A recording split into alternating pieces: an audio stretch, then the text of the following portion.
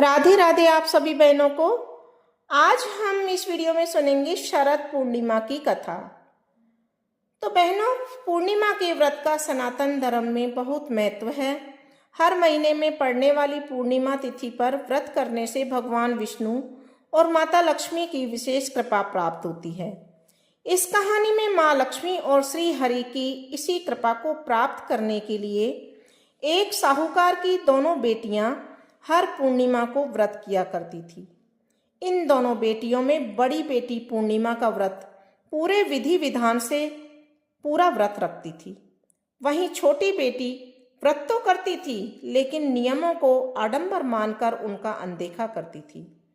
विवाह योग्य होने पर साहूकार ने अपनी दोनों बेटियों का विवाह कर दिया। बड़ी बेटी के घर समय पर स्वस्थ संतान का जन्म हुआ। संतान का जन्म छोटी बेटी के घर भी हुआ, लेकिन उसकी संतान पैदा होते ही दम तोड़ देती थी। 2-3 बार ऐसा होने पर उसने एक ब्राह्मण को बुलाकर अपनी व्यथा कही और धार्मिक उपाय पूछा। उसकी सारी बात सुनकर और कुछ प्रश्न पूछने के बाद ब्राह्मण ने उससे कहा कि तुम पूर्णिमा का अधूरा व्रत करती हो, इस कारण तुम्हारा व्रत फलित नहीं होता है और तुम्हें अधूरे व्रत का दोष मिल लगता है। ब्राह्मण की बात सुनकर छोटी बेटी ने पूर्णिमा व्रत पूरे विधि विधान से करने का निर्णय लिया, लेकिन पूर्णिमा आने से पहले ही उसने एक बेटे को जन्म दिया। जन्म लेते ही बेटे की मृत्यु हो गई। इस पर उसने अपने बेटे के सबको एक पीढ़े पर रख दिया और ऊपर से एक कपड़ा इस तरह ढक दिया कि किसी को पता नहीं चले। फिर उसने अपनी बड़ी बहन को बुलाया और बैठने के लिए वही पीढ़ा दे दिया।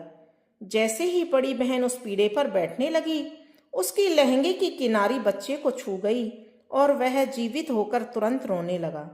इस पर बड़ी बहन पहले तो डर गई और फिर छोटी बहन पर क्रोधित होकर उसे डांटने लगी कि क्या तुम मुझ पर बच्चे की हत्या का दोष और कलंक लगाना चाहती थी? मेरे बैठने से यह बच्चा मर जाता तो क्या होता? इस पर छोटी बहन ने उत्तर दिया, यह बच्चा तो मरा हुआ ही पैदा हुआ था, यह तो पहले से ही मरा हुआ था। दीदी, तुम्हारे तप और स्पर्श के कारण यह तो जीवित हो गया है।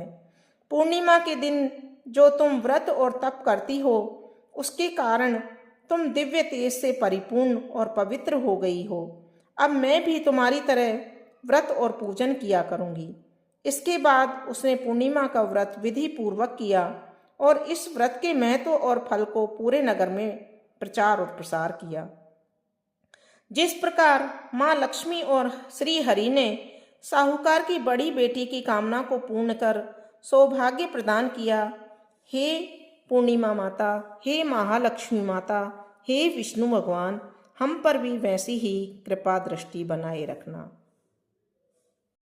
तो बहनों, यह थी शरद पूर्णिमा की कथा। अब देखेंगे शरद पूर्णिमा की पूजा विधि। शरद पूर्णिमा के दिन सुबह स्नान के बाद घर के मंदिर की सफाई कर लें। ध्यान पूर्वक माता लक्ष्मी और श्री हरि की पूजा करें। फिर गाय के दूध में चावल की खीर बनाकर रख लें। लक्ष्मी माता और भगवान विष्णु की पूजा करने के लिए लाल कपड़ा या पीला कपड़ा चौकी पर बिछाकर माता लक्ष्मी और भगवान विष्णु की प्रतिमा इस पर स्थापित करें। तांबे अथवा मिट्टी के कलश पर वस्त्र से ढकी हुई लक्ष्मी जी की स्वर्णमयी मूर्ति की स्थापना कर सकते हैं। भगवान की प्रतिमा के सामने घी का दीपक जलाएं, धूप करें। इसके बाद गंगा जल से स्नान करवाकर अक्षत और रोली से तिलक करवाएं। तिलक करने के बाद मीठे या तो कोई मिठाई हो या कोई हलवा वगैरह बनाया हो तो उसका भोग लगाएं। लाल या पीले पुष्प अर्पित करें। माता लक्ष्मी को गुलाब का फूल अर्पित करना विशेष फलदायी होता है। शाम के समय चंद्रमा निकलने पर मिट्टी के 100 दिए या अपने सामर्थ्य के अनुसार दिए गाय के शुद्ध घी के जलाएं। इसके बाद खीर के कई छोटे बर्तनों में इस खीर को भरकर और चलनी से ढककर चंद्रमा की रोशनी में रख दें। फिर पूरी रात वहां रखें और सुबह, बहुत ही सुबह यानी कि 3 बजे लगभग, इसके बाद ब्रह्म मुहूर्त शुरू हो जाता है। जागते हुए विष्णु का सहस्त्रनाम जप का पाठ करें, श्री सूक्त का पाठ करें, भगवान श्री कृष्ण की महिमा, श्री कृष्ण मधुराष्टकम का पाठ और कनक धारा स्रोत का पाठ करना चाहिए। पूजा की शुरुआत में भगवान गणपति की आरती अवश्य करें। अगली सुबह ब्रह्म मुहूर्त में स्नान करके उस खीर को माँ लक्ष्मी को अर्पित करें और प्रसाद रूप में वह खीर सारे घर परिवार के सदस्यों में बांट दें। इस प्रकार जगत पालक विष्णु भगवान और ऐश्वर्य प्रदायिनी माँ लक्ष्मी की पूजा करने से सभी मनवांछित कार्य पूरे होते हैं और साथ ही हर तरह के कर्ज से मुक्ति भी मिलती है। बोलो विष्णु भगवान की जय। बोलो माता लक्ष्मी माता की जय।